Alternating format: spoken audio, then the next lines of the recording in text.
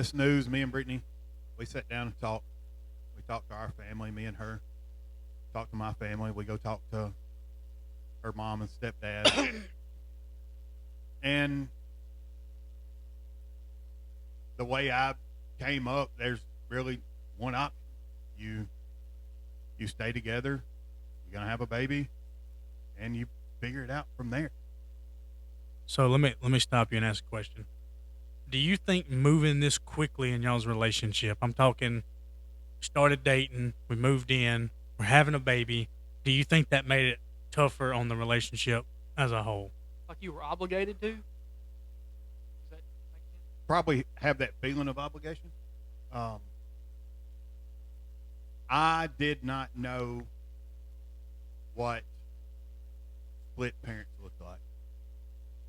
My parents have been married since before I was born. Just rub it in, why don't you? I didn't know what not having mom and dad at home looked like. Brittany, her parents had been divorced. She knew what it was like, that she didn't want it that way either. So we're going to figure out what this looks like, whatever that means. She's pregnant. I graduated from college. Hey! Everybody round of applause. Dun, dun, dun, dun, dun. Sorry, In probably May- didn't get that, so I thought I'd give it to you now. In May of 2011. Hallelujah. Had 2 associate's degrees at that point. Could have cashed him in for a bachelor's. Didn't. And now you're a nurse. Graduated from the prestigious Itawamba Community College with a nursing degree. Shout out. I know a guy who works there. Terrible guy. We go through. Took my boards once, didn't pass them to get my actual certification. Gracie blessed us with her presence August 23rd of 2011. He didn't remember that. He had to look at his notes. I just want to throw that out there. All right. I'm just kidding, Grace. It was a joke. Gracie's born August 2011. She had to stay in the hospital for a few days. When she was born, the cord was wrapped around her neck, so she had to basically learn how to take her bottle. So she stayed in the hospital for a couple of days. Everything was fine. She came home. Brittany's parents at this time lived in Greenwood Springs. They were moving to Hatley and had a trailer out there on the hill in Greenwood Springs, and they were going to leave it there. So me and Brittany, we moved out there with Gracie. Hey, we'll just take up your payments on the trailer, and a few years it'll be ours. You know what I mean? Every person's dream. Every person's dream. We was on top of the hill. We were just a hand reach away from God, it felt like. King of the hill, if you will. Everything smoothed out. Our families got along. Everything worked well. The summer of 2012, I went to take a class to get ready to take my board examination again. And I was gone, I think, for 3 days. And while I was gone, I bought Brittany's engagement ring. We came back home, and she was gone one day. Me and Gracie were at the house, and I set up a bunch of little notes around the house for Brittany to see when she came in, that basically ended up leading her to the kitchen table, and there was a ring or whatever. Well, it gets off to a bad start. She walks in the doorway of the trailer, comes in the hallway. Single wide, pretty self-explanatory. No, it was a double wide. Oh, okay, go ahead. Just long. A double wide on the hill? Golly, Yeah. bum. Big deal. The first question she asked, and we'll edit it for clear, non-profane message.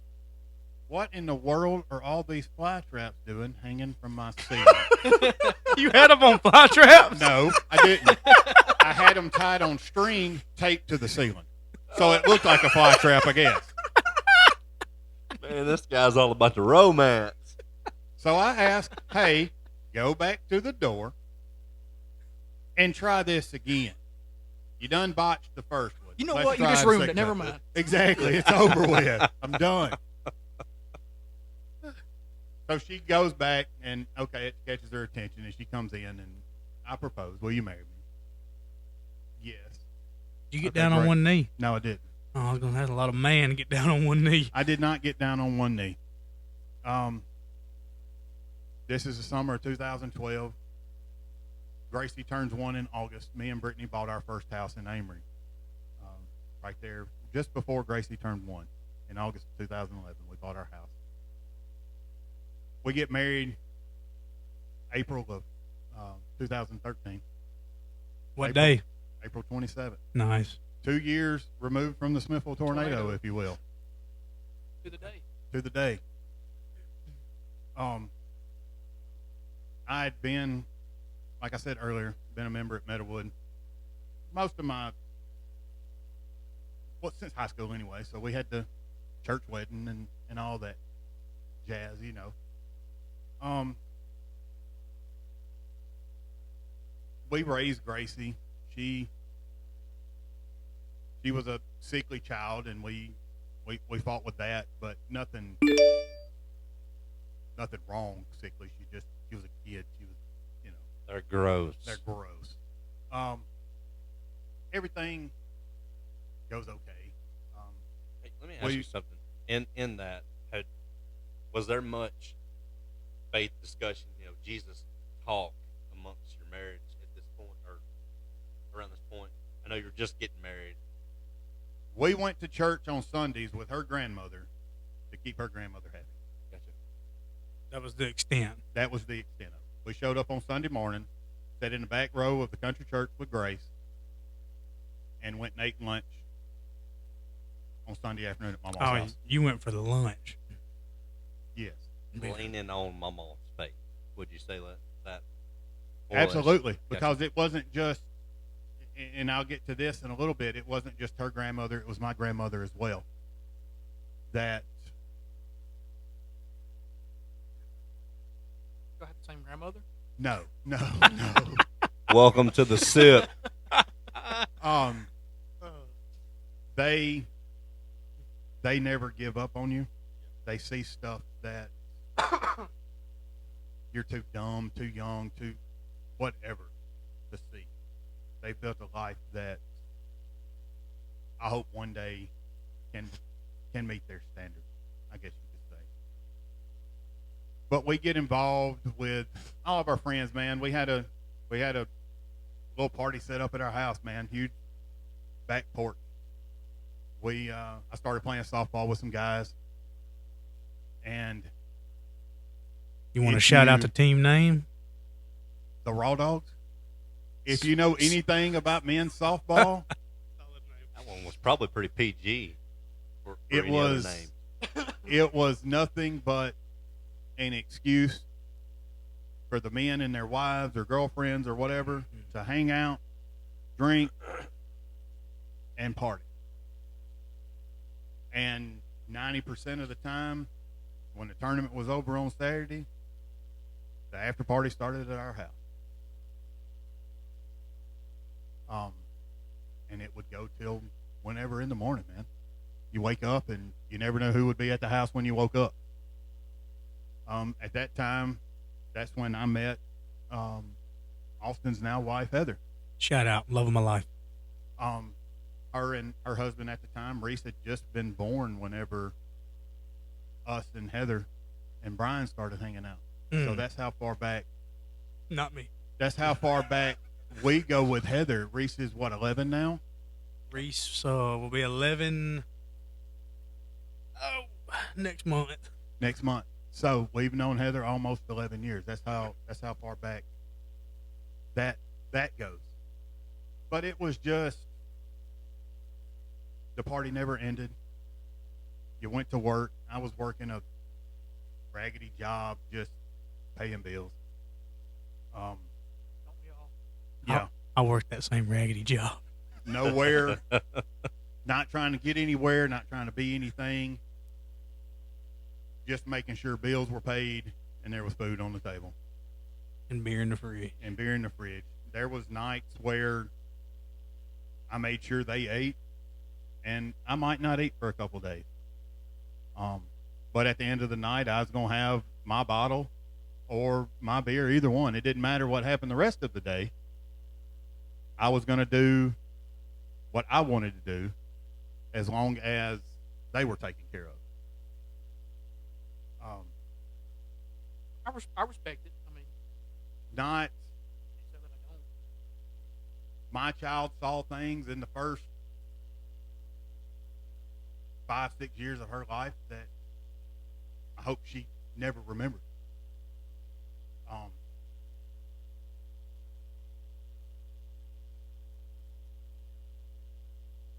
That wasn't how I grew up. I never saw that in my life growing up. But it was the path that I was on.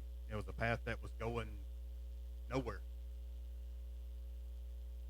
We, like I said, we'd go to church to make somebody happy. We'd show up on Easter morning because you're supposed to show up on Easter morning. We'd show up on Mother's Day. And we'd show up on Christmas. Had Gracie dedicated that first Mother's Day at Meadowwood. Didn't mean nothing to me then, man. It's what you're supposed to do. That's about it. We got married in that church, so why not have her dedicated, right? Gracie would spend a lot of weekends with either Brittany's mother or great-grandmother because they knew what was going on at the house. So that was going to be my next question. Did they ever pretty much say, let me just come get her? Never in a mean way. I'm gonna call DHS way on you. No, not in a mean way. We're taking your kid. In a. I love her. Looking back now, looking at this now. Yeah. Looking back, I love her, and I don't want her around that. Yeah. That's got to sting. It's got to sting now. It does. I just want to point out, I do respect the fact that you tried to make it work because not a lot of children in that situation would have gotten that. I do. I know we're ragging on you, but I do respect that a lot. Yeah, keep in mind, everybody watching, we're ragging on them because we love them. It's part of the podcast. We're going to do it all to each other. But I agree with Ty. You were doing what a man was supposed to do. Yeah. What the world thinks a man is supposed to do. Because I'm taking care of my family, and that's the main part of what I'm supposed to be doing. Because, a lot of the times, kind of falling off that, even being in a dark point, some people just back up and quit. You didn't quit at that point on your child. You were still making sure that was taken care of. So, yeah, that's a fair point, Ty. During all this, Brittany got her job at the post office in Hamilton. And that was rough, man. We put her in vehicles that there were nights, man, I'd be outside with a flashlight working on a car till 2 or 3 o'clock in the morning so she could go to work the next day. And I go to work the next day, And again, back to what you said, hey, I'm taking care of what I'm supposed to take care of. Mm-hmm. I'm making sure that she can do her job while I do my job, while everything else at home is taken care of. And in this world we live in now, that we lived in for quite a while, anything I want access to is in the palm of my hand. Whether that be pornography, whether that be talking to anybody in this world I want to talk to. And that's what I did. I was married. I was happy. But what else is out there? So I start talking to some other girls on the phone. What year are we at around this point? Probably end of 2012, end of 2013, maybe. So this was shortly after y'all got married. No, I'm wrong. I backtrack on that. We played softball. We've been playing softball for years. Okay, so you're at. Yeah, I'm at 2018 probably. You got to be around 2018, Yeah, 2019. I'm sorry. I apologize. And now, mind you, at this point where we're living, we're right around the corner from the golf course in Ameren. I'd taken up golf. That was my release. I had my golf cart. I'd drive to the golf course, stay out there all day, Saturday and Sunday. Load up a cooler of beer, and go see who was out there.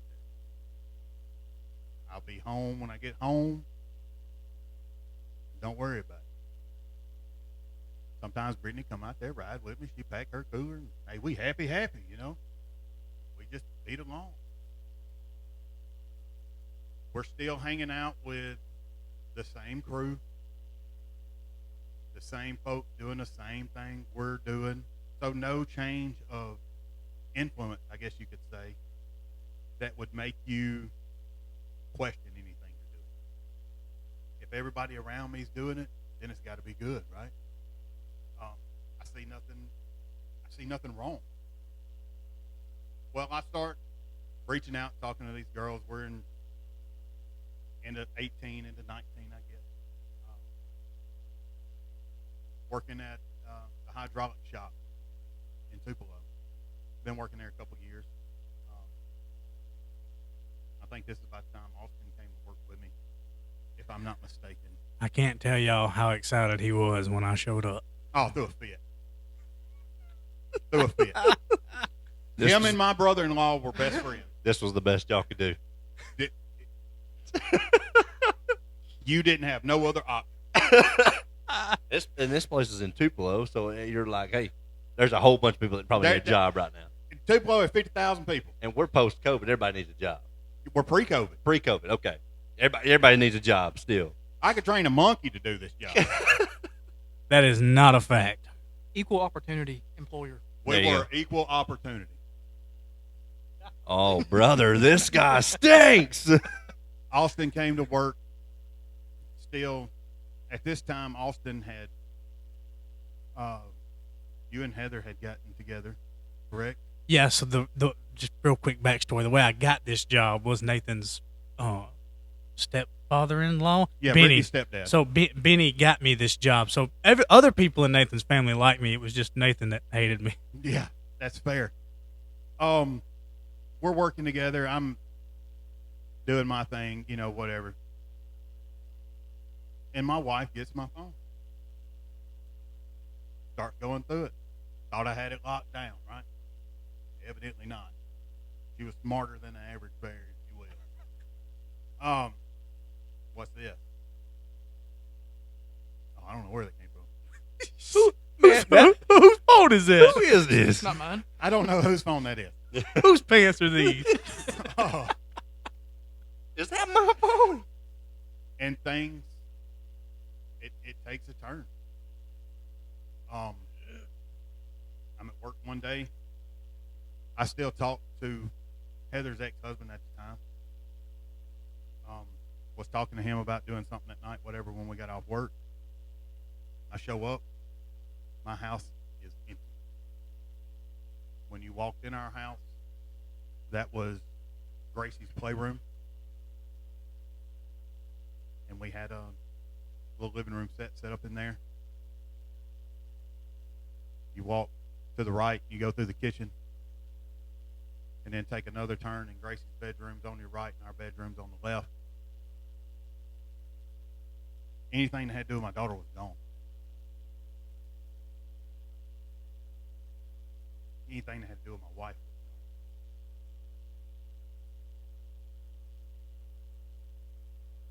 gone. So what did I do?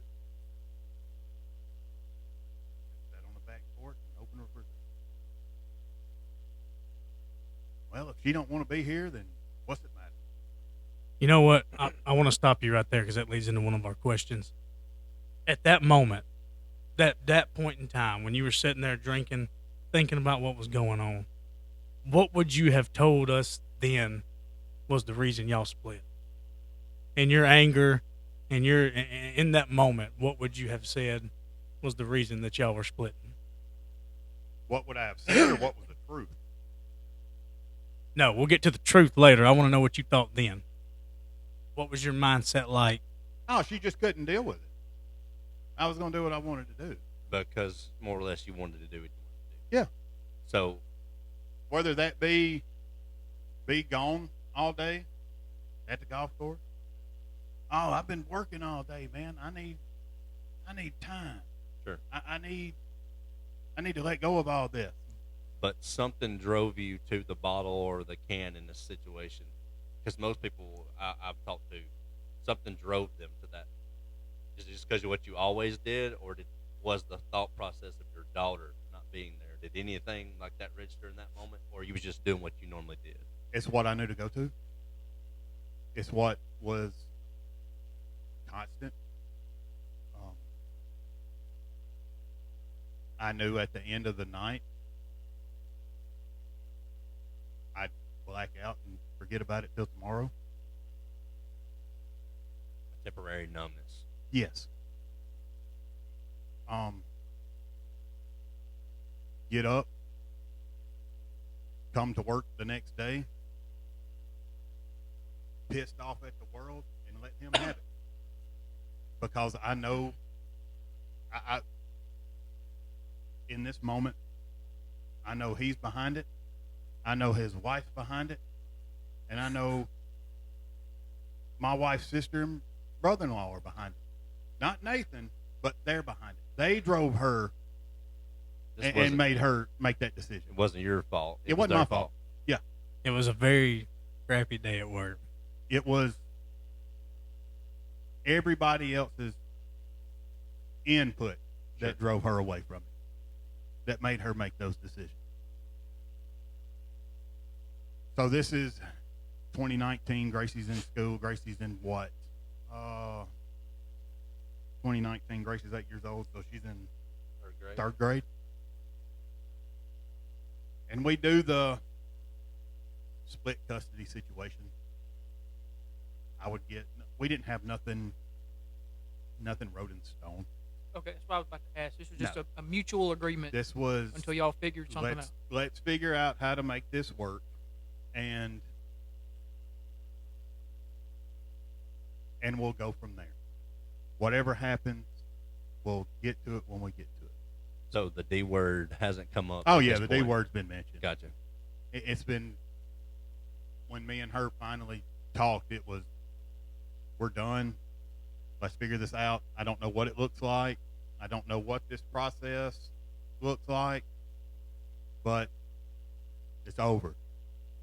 We gave it a run, and it didn't work.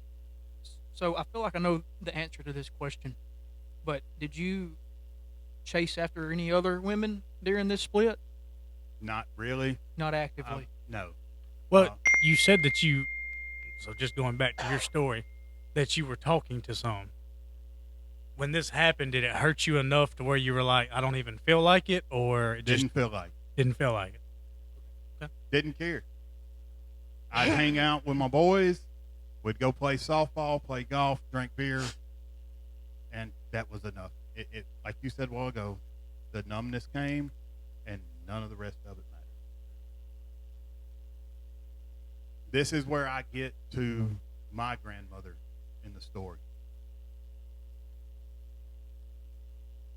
And she, to get to the brass tacks of it, she's not even related to me. At one point, prior to me being born, she was my dad's aunt. Her and that man divorced, but my dad lived around her and he took care of her. So she became my grandmother. My dad's mother passed away when I was 5, and I never had a grandmother on my mother's side. So she was all I ever knew. And I took Gracie over there one day to see her. And she sat me down.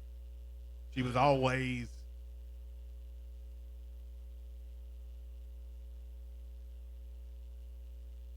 no matter what I did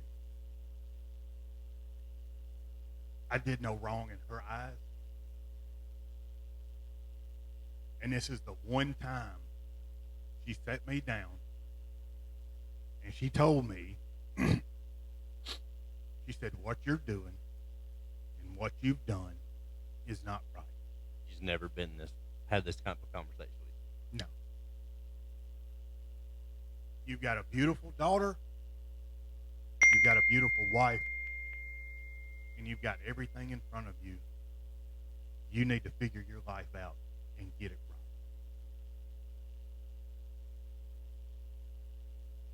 So it's almost Christmas time of 2019. And we go to my grandmother's Christmas Eve. And she tells me, she said, "You're going to call Brittany and you're going to bring her to my house." No, I'm not. This ain't what this is. And at that point, it wasn't up for discussion. So Brittany came to Mama's house at Christmas Eve. And that was where me and her had the first real discussion that we had had in probably 3 months. That things weren't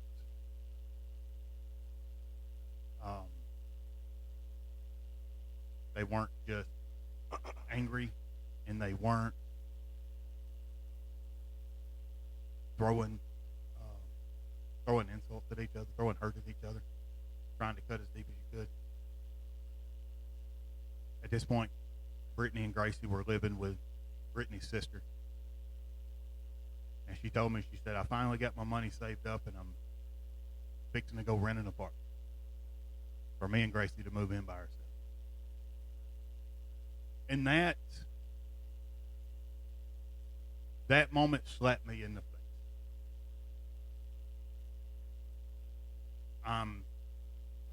2019, I'm 35 years old.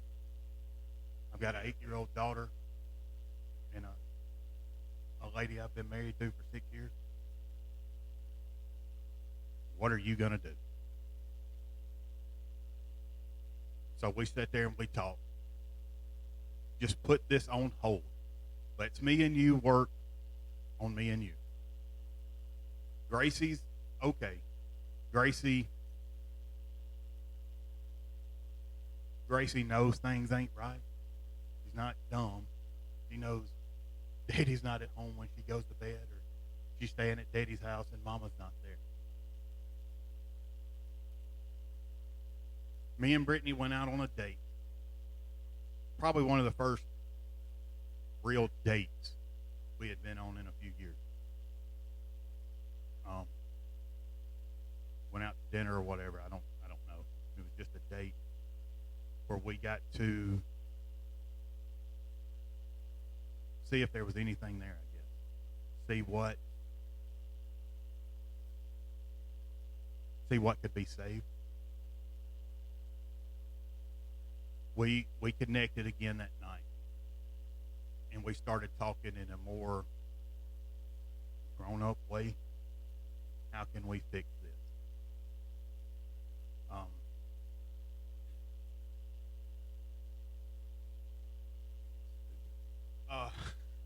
Mine and Brittany's physical relationship has always been great. And sounds like you're bragging. We went out a couple more times, and things went back to the marital bed, if you will. There you go. And it felt like we had went back to when we first got together, I guess. That's why I said I don't know. Saying this just seems kind of stupid, but it still felt like there was something there. Did you feel like you spent all those years making it work? Did that make you want to make it work then? Or even though you were doing, you were doing things you weren't supposed to be doing, but you were still making it work because what you're supposed to do? I wanted to make it work for a different reason this time. Okay. I lost my family. Yeah. I felt like a failure. The gears are starting to turn at this point. Yes, the gears are starting to turn. Brittany was going to church with her grandmother still, because at this time her sister had found a new meaning in life. She had turned her life around, her and her husband. So she was going with them, and she would talk to me about it. And Brittany and Gracie moved back home about March of 2020, just right there pre-COVID, I guess you could say. And we had the conversation that, hey, what hasn't worked for the last 6 years, it's going to be 7, has got to. Okay, what's that look like? And she said, we're going back to church. Got to get Jesus when times get hard, baby. That's right. Well, here's where the problem happened. I didn't like going to the country church. I didn't like sitting in the crowd of 30. I believe everybody will find their place. Singing out of the Red Book, you know? Sure. I was comfortable sitting at Meadowwood singing songs off the screen that came out of the Red Book. So I'm a big fan of the hymn book just because I grew up in it also. You look like a singer. If Adam Minga watches this, he's going to be like, that's where the problem was. You didn't want us to read them hymns right there. But she would go to church with her family on Sundays. I would go to church with my family on Sundays.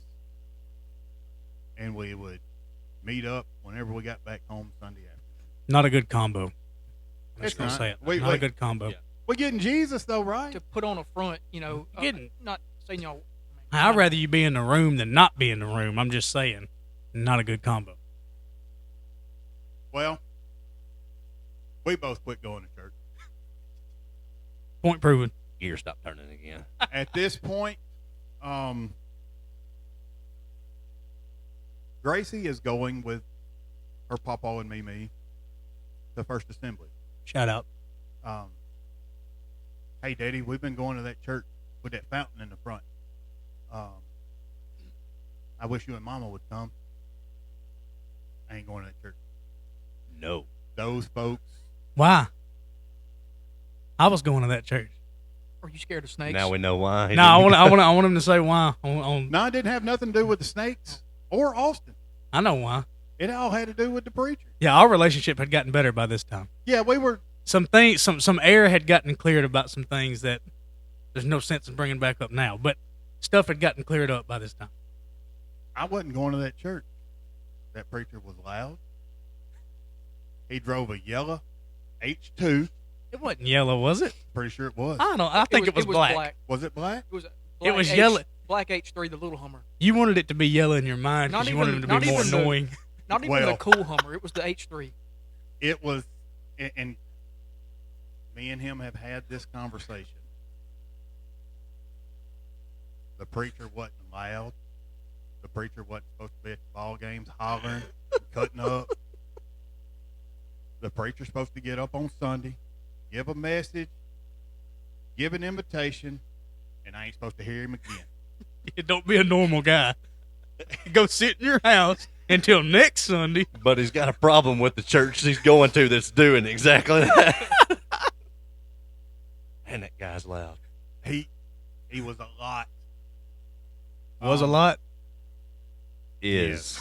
We love you, Pastor We Justin. love you, dog. And I say we have had this conversation a couple times. Hey, real quick for you getting to the next part of your story, because I don't want to get too far away from this and ask this question. Because we know what part we're about to get into. What would you say now is the reason you split? That was me. Well, and listen, I know that. be fair in this, because it's not always all you. If you could sum it all up, knowing what you know now, what would you say is the reason you split? So we can compare and contrast that in the mind of somebody who cared nothing about God to somebody who is now where you're at in your walk. I was as far away from a relationship with God as you could possibly be, in my opinion. I know there's people that's done stuff worse than I have, and we all have our fights and our past. But there's more to being a man or being a father than just paying the bills, just making sure there's food on the table. There's people that, well, I'm sitting right here that don't have a relationship with a baby mama, that are not married to their child's mother, that it works fine. There's so much more to being a father than just being around. I was around.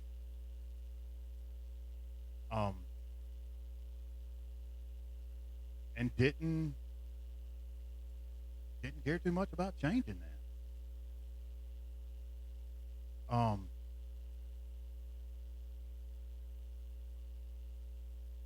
I did losing everything give me a reality check? Yeah, it did. Should it have taken that? Absolutely not. But it did. That's good. You can jump back to where you were now. So, back to talking bad about the preacher? No, we can skip past that okay. and just jump back to well, introduce the church. Gracie's still going. She's going on Sunday morning. She's going with them. Most Saturday night, she'd go stay with her, Mimi and Papa, so she'd go to church. She was excited about it. Well, like Austin said, him and Heather and their kids have been going for a while. And we're all still connected. Even though he has started to shift his life, started to shift his family. We're all still together because Gracie and Annabelle have grown up together for the last 6, 7, 8 years at this point. We've watched Reese grow up, and no matter what, he's still connected to my family. Sorry about that. It's not the worst thing For either one of y'all. But they're changing their life, and you can see it. And that's the first thing that people notice.